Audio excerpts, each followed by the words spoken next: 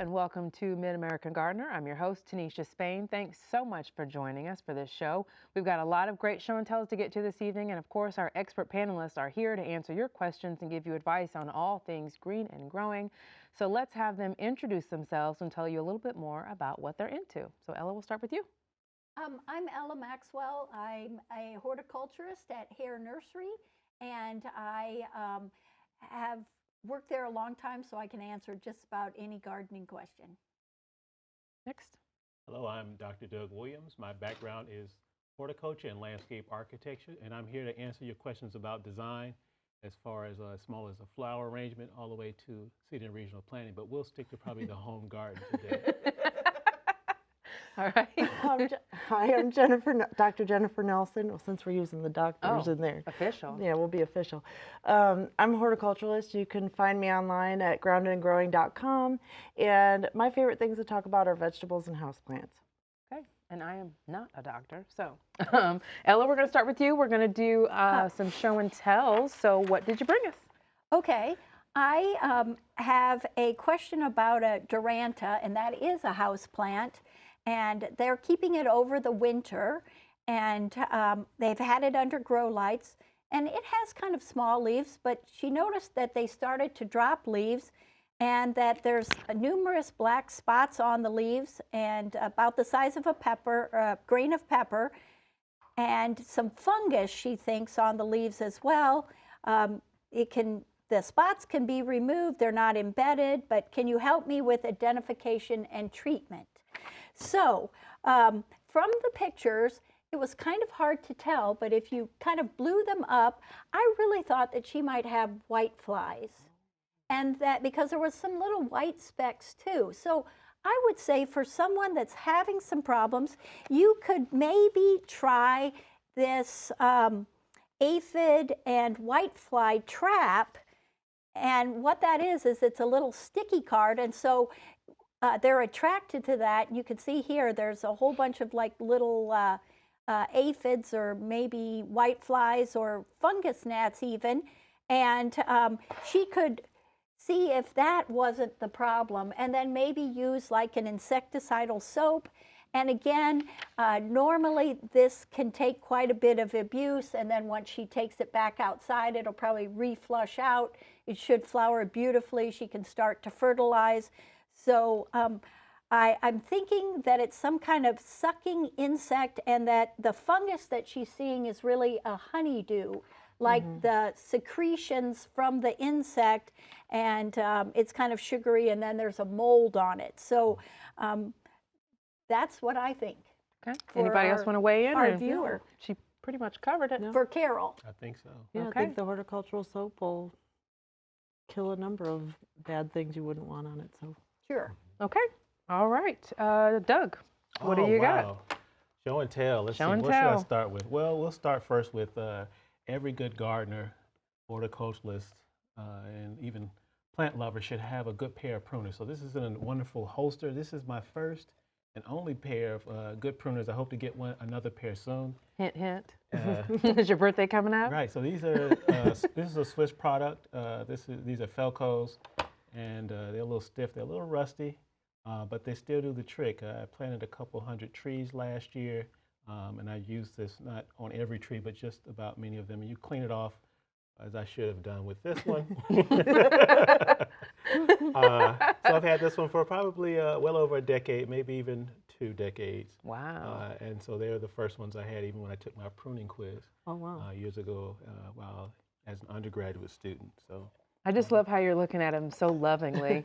Like you just are smiling at him and like a lot of good memories. Did you do you have your name engraved on them? You know, no, I haven't had that problem. People know because it usually sits up on my holster like it's a weapon of protection and so they know. And good care. Yeah, nobody's going to go near them. No, these are pruners. These are pruners. Yeah, yeah. Well, don't put them in the dishwasher to clean them. Okay, I won't. That was what my husband tried to help and do that for me. Oh, That was a bad move. That was a bad move. Yeah, they survived. They are a good product because they came out all rusty, beating. But I was able to clean them up, and they are fine. And one thing about these types of pruners, which is one of the top of the lines, is that it actually has a sort of scissor action, unlike some of the probably not the most the best types of pruners, which actually are more of a crush Yeah, anvil type. anvil type. So Yeah, these this cut is much better. bypass. Right. So would you recommend that style for just everything or Living does things. okay, Living okay. things, yeah. So it works well. I've had them, and of course the blade is dented up now because I've used them probably for things that shouldn't be used. No like wire. small metal, but they do have a small little notch right in here. You can use them, but you have to be sure you place the wire well right in that, Oh, I didn't know little that. notch area. And I most oftentimes get it right there, but then sometimes I don't. When you rush it. So be careful. But you could get a new blade if you Yeah, I really wanted could. to. So I'm gonna have to look into it. There, yeah, this is one of the best. So I have to do that. Yeah, okay. Thank you for sharing. All right, Jen, what did you bring? Oh, well, let's start with my horrible looking plant here. This came straight from my garage. This is a geranium that I overwintered, and I literally did nothing to it but leave it in my garage, which is not heated, but it also doesn't freeze. It looked a little bit better, believe it or not, before I brought it here, but just the little bit outside from the car into the studio, what leaves are there got kind of nipped. But it looks terrible, but if you feel the stems, they're all solid and there are little sprouts coming out. So if you have something like this at home, this will be a good time of year to clean it up, take out all the dead, and bring it inside, start watering it, maybe give it a dose of fertilizer, and they should perk right back up. I've had this one a couple years now. Okay. I was going to ask you to expand on that a little bit more. You know, when should we start waking up our things that are in the garage? When should we start waking up? I'm trying to think of what I've got, like a good example. Like colocaceas, I have a bunch of those in the garage. Should I wake them up or just set them outside after danger of frost? Colocaceas, if you wanted to put them in a pot and start, they kind of can take a little while to get going. So if you wanted to pot them up and kind of get them going inside just to get a jump, I would. Cannas, I wouldn't worry about because those pretty well grow like weeds in my house. Yes. What about amaryllis? I have my amaryllis are just budding now. I didn't take them out at Christmas like most people do. I saved them until after Christmas, so I have something to look at. Yeah, so go ahead and take those out now. Okay. Anything else that you guys can think of that, you know, may be dormant right now in our garages or in our basements that it's okay to bring up and start working on?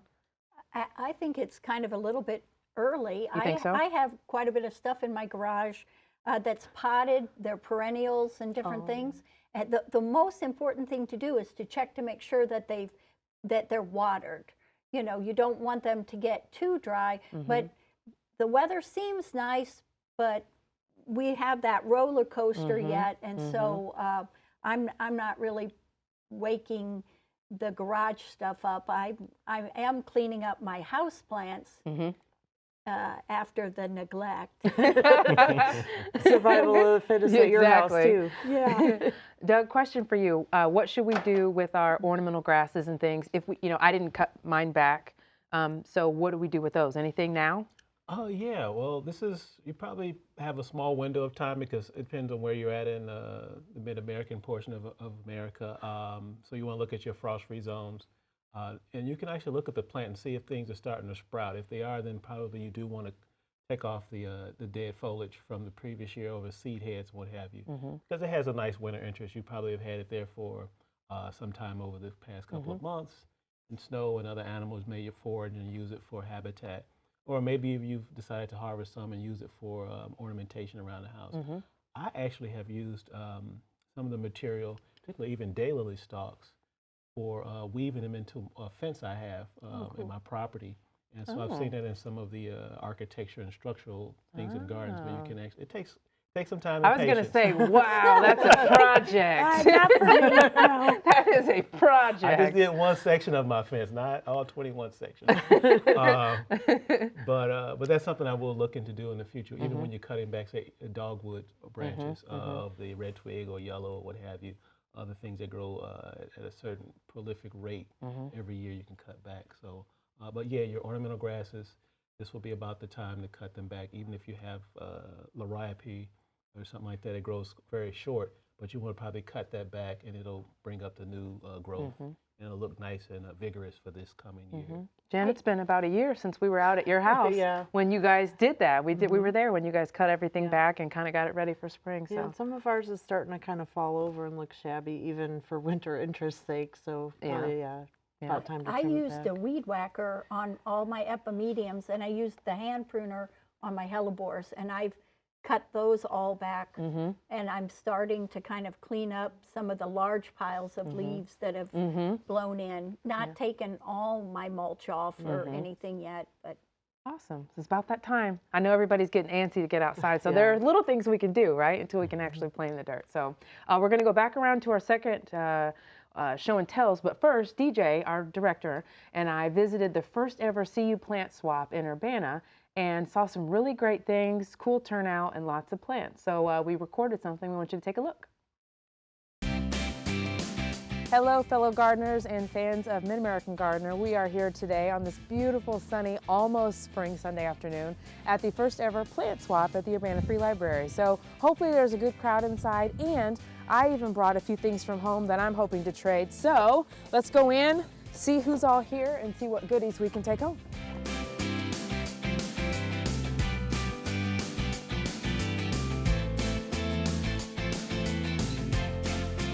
Okay, so I'm here at the Urbana Free Library with Lauren Quinn, the organizer of the plant swap. So what made you put all this together? Well, I've just recently gotten very into houseplants myself, and I've joined a whole bunch of Facebook groups related to houseplants, and a lot of them are, just basically creating a buzz and a desire for more houseplants, and I found myself buying and buying and buying these things as much as I could, like multiple plants in a week, going out to Lowe's and all the different stores around. And I decided, instead of having these sort of virtual conversations with people around the world, really, I wanted to do something here in town so I could meet the fellow plant enthusiasts here, and we could do it right here and save the shipping costs and all that stuff. Yeah. So when you guys first kicked things off today, things are kind of winding down, but when everything first opened up, there were a lot of people here with a lot of plants. Did you expect that many people to come out? I did, actually. I was a little bit nervous that we would have more people in the room than the room could hold, and because of the amount of people that said they were coming on Facebook. But thankfully, we didn't overload the room, and they didn't kick us out. But yeah, I was really pleased to see the number of people that came. Okay, and you said this won't be the last one. This was the first, but definitely not the last. So that's right. Can you give us a little sneak peek of what we can expect? Yeah. So the date isn't set yet for the next one, but I think it'll be early May. The plan was this time we would do mostly houseplants because it's winter, obviously. But in the spring we'll bring in the garden plants as well. So I imagine swapping like perennials that you're dividing in the garden, as well as seeds and houseplants. Maybe people are bringing in starts of vegetables and flowers and things like that. So all of that will be welcome at that time when we do that in early May. And then again, we'll do another one in the fall, again, maybe with bulbs and more divisions of garden plants and house plants. So I'm thinking 3 times a year. Okay. And how can people stay plugged in with your events and know what to expect and dates and what's going on? Well, I'll continue to put out Facebook events, and right now I'm trying to just call them CU Plant Swap, so people can look for that. And I am planning to start a Facebook group, so it will not just be an event, but it'll be a group, a public open group that anyone can join, where we'll, this group of people that got together in person can meet online and do some swapping that way as well. So people can find that. I haven't created the group yet, but I'm about to do it, and I think it'll be called CU Plant Swap. Okay. Anything else that you'd like to add that I didn't ask? Not really, just that, plants bring people joy, and so I think the more people we get involved in this hobby, the better, and people will be happier. And less stressed, hopefully. Okay, all right, wonderful. So we'll get those details for the next plant swap. Look forward to that, and thank you so much for hosting us. Yes. And we look forward to coming to the next one. All right. All right. Thank you for coming. Yes. So she did create that Facebook group. It's CU, the letter CU, Plant People on Facebook. It's an open group. So it was such a cool event, guys. I mean, I didn't expect to see so many people coming in at once with big boxes of things to trade, and it was almost like being at one of those pin trading conventions where everybody's like running to each table. Like, this was the succulents, and anywho, it was really nice. So coming out of that, just to be responsible. What do we need to know? What do we need to look for, as a disease and pests and things like that when we're bringing these plants home? And that it's applicable too if you go get something at Lowe's. So what do we need to look for before we take something home to our other urban jungle in the house? Well, for me personally, I always check to see if it has roots, because I've gone to some sales, early spring sales, and one time I bought a plant I thought was really neat, and it was just like this, and it was stuck in a pot, and when I got home and I was going to plant it, it was not even rooted. Oh, so I 101. I want to make sure it has roots. I mean, that the roots themselves will tell you the kind of care that the plant has had. So, if they're dried out, or they smell bad, or but if they look white and they come to the edge of the pot and they, you're probably getting a good plant. Good so advice. I'm going to look underground first. Okay. Anybody else want to chime in on I what to look wouldn't be for? afraid of checking underneath the leaves, checking sometimes like looking at the roots, but looking for pests. I've brought home more than a few pests in my day. I would also say if you're going for some of the garden plants and stuff, to don't necessarily trust the ID. Like if it's a plant that's not familiar to you, look it up when you get home. I'm the supposed expert, and I've made some really disastrous decisions in my own garden, and things that has taken me like 10 years to get rid of because I didn't take the time to confirm.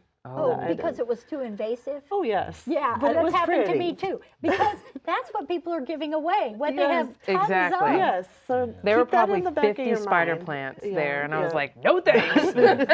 Got enough at home. Free spider plant with every trade. I think one other thing to think about too is get to know who you're purchasing or getting a plant from. So it's also important to have reputable growers.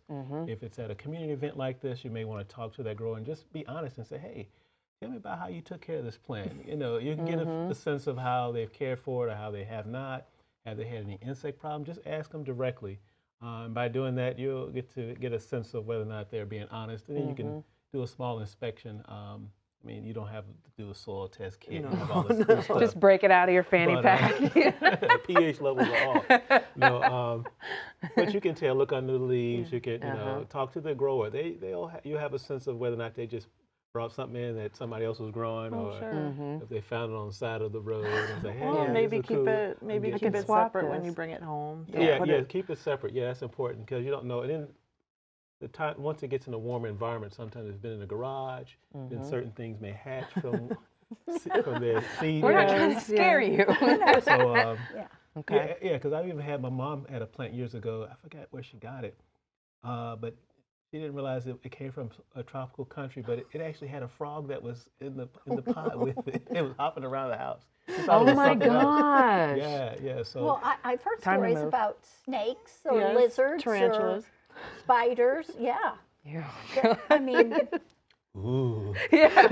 Everybody's going to toss their Everyone's gonna be plants scared out. of going So, to yeah, a plant get to- swap now. Yeah, so get to know your grower. It's important. They can tell you how they've cared for it, and you get to know the environment it's been in. Okay. All right. So Ella, we're back to you with okay, round I two. have a question from Rebecca in Decatur, and she likes our show, but she wants to know when she can start outdoor watering with fertilizer. And boy, I just wouldn't be in a big hurry yet with something like that. Plants grow in response to temperature and light and oxygen levels and things. And right now the temperature really isn't warm enough for them to utilize all that extra fertilizer. So I would say that if she's starting in May, that's plenty of time to go through, with maybe every other week or something through the summer if she's using a Miracle Grow type product. So I would wait at least till the night temperatures are up in the 50s. Okay. All right. Good advice. Word to you, sir. Oh, great. We were just talking about frogs and flower pots. Yes. Is there a frog in there? Yeah, I've Yes. got 3 frogs here with me, guys. But they aren't your regular kind of frogs. These are actually, the Japanese term is called kenzan. So this is the baby, this is the mommy, and then this is the daddy. So these are, you're like, what in the world is this?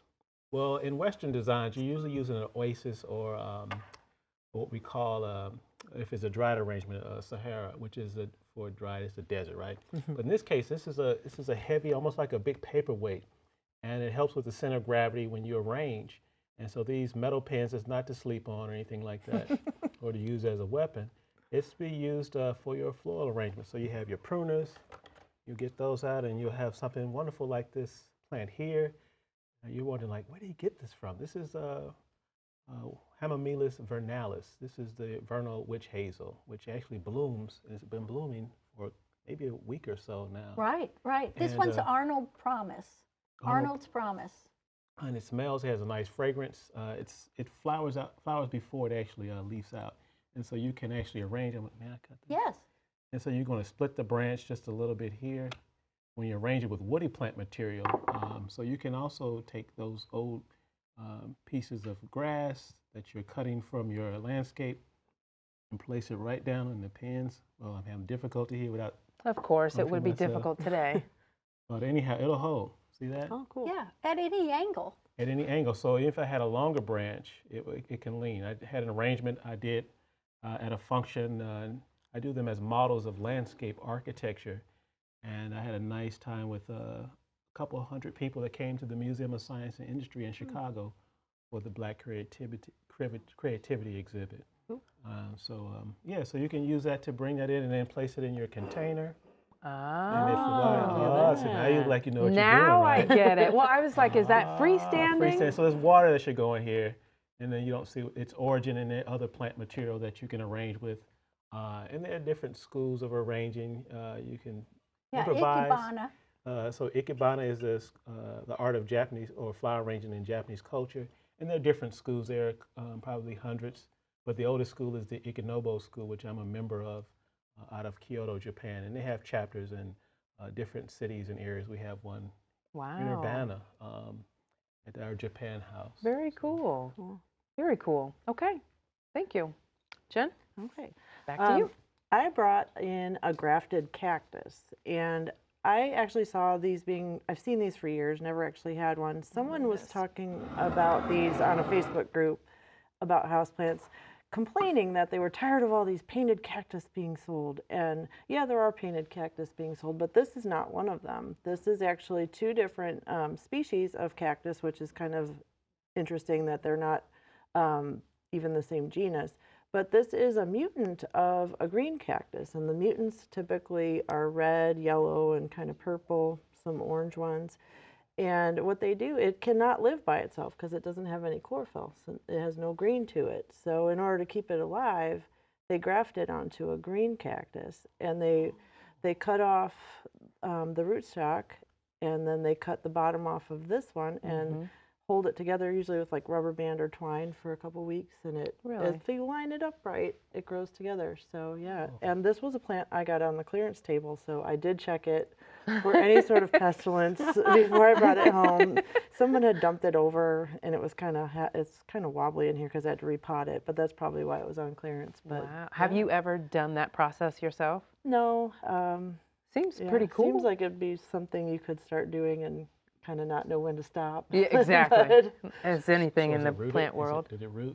I just repotted this bottom part this week. I literally got this like 3 days ago. But very cool. But it was in good shape, and so we took it home. Very nice. Yeah. Okay, we've got a few minutes left. Ella, did you want to talk about your bee house? Today I went to a Mason. In Mason County, I went to a Mason bee workshop that they were having for master naturalists through the Extension Service. And so what we learned was they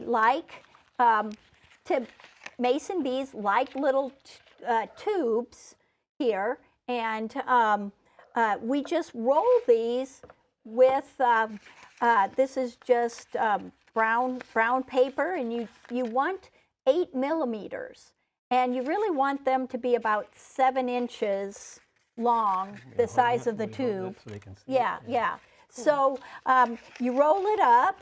So I rolled a bunch of them up, and then you just secure it with a little bit of tape here, and then you can put it in, and then this is mounted early in the spring because they're very early bees. And you want to get this out in mid-March for sure. And then they're only flying for about 6 weeks at the most. Okay. And then they'll have laid these eggs.